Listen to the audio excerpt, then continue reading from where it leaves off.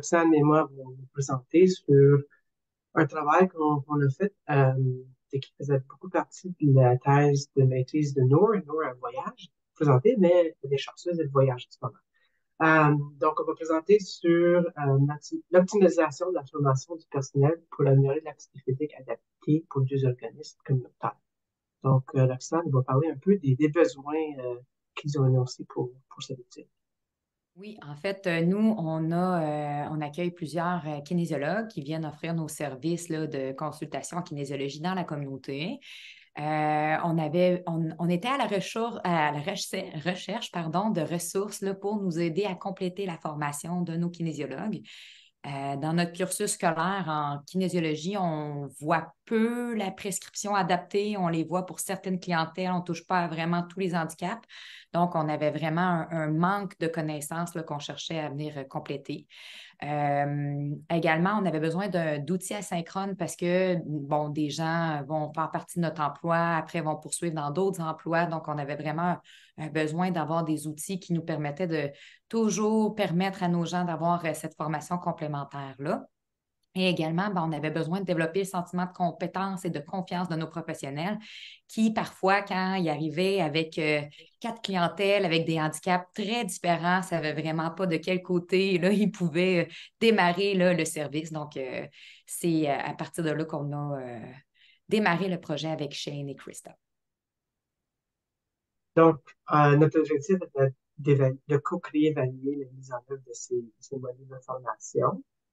Pour aboutir à ça, on utilise le processus d'innovation sociale. Donc, en phase d'émergence, on a eu des réunions de groupes de travail pour déterminer un peu c'est à quoi exactement les besoins, quel thème qu'on veut focuser, puis c'est quoi le contenu un peu de ces formations.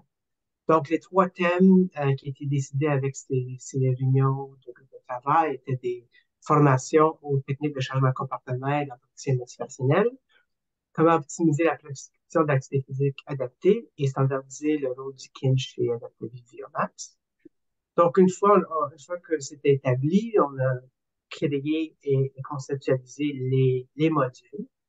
Donc, on a eu plusieurs modules qui étaient conceptualisés et encore avec les réunions de groupe de travail, on a pu adapter et modifier jusqu'à là que ça sonnait à des besoins.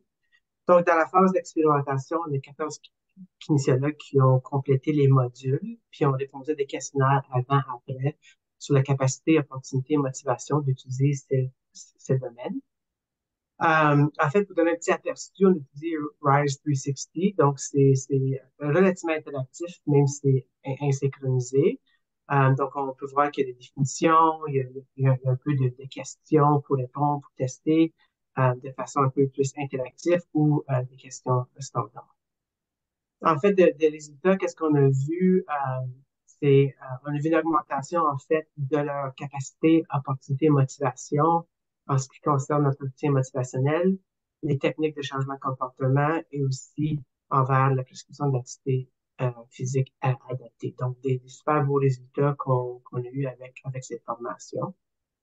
Donc maintenant, on est dans la phase de mobilisation des connaissances. On a une rencontre la semaine prochaine pour décider un peu comment qu'on va euh, mobiliser ces connaissances. Donc, on avait seulement parlé d'infographie. On va faire un brainstorm de toute autre façon qu'on peut diffuser ces connaissances. Et nos prochaines étapes, c'est vraiment d'aller maintenant dans la phase d'appropriation. Donc, comment on peut développer des guides utilisateurs euh, pour pour faire la promotion un peu et l'implantation de ces modules de DataVie, Biomax et peut-être d'autres organismes au Québec.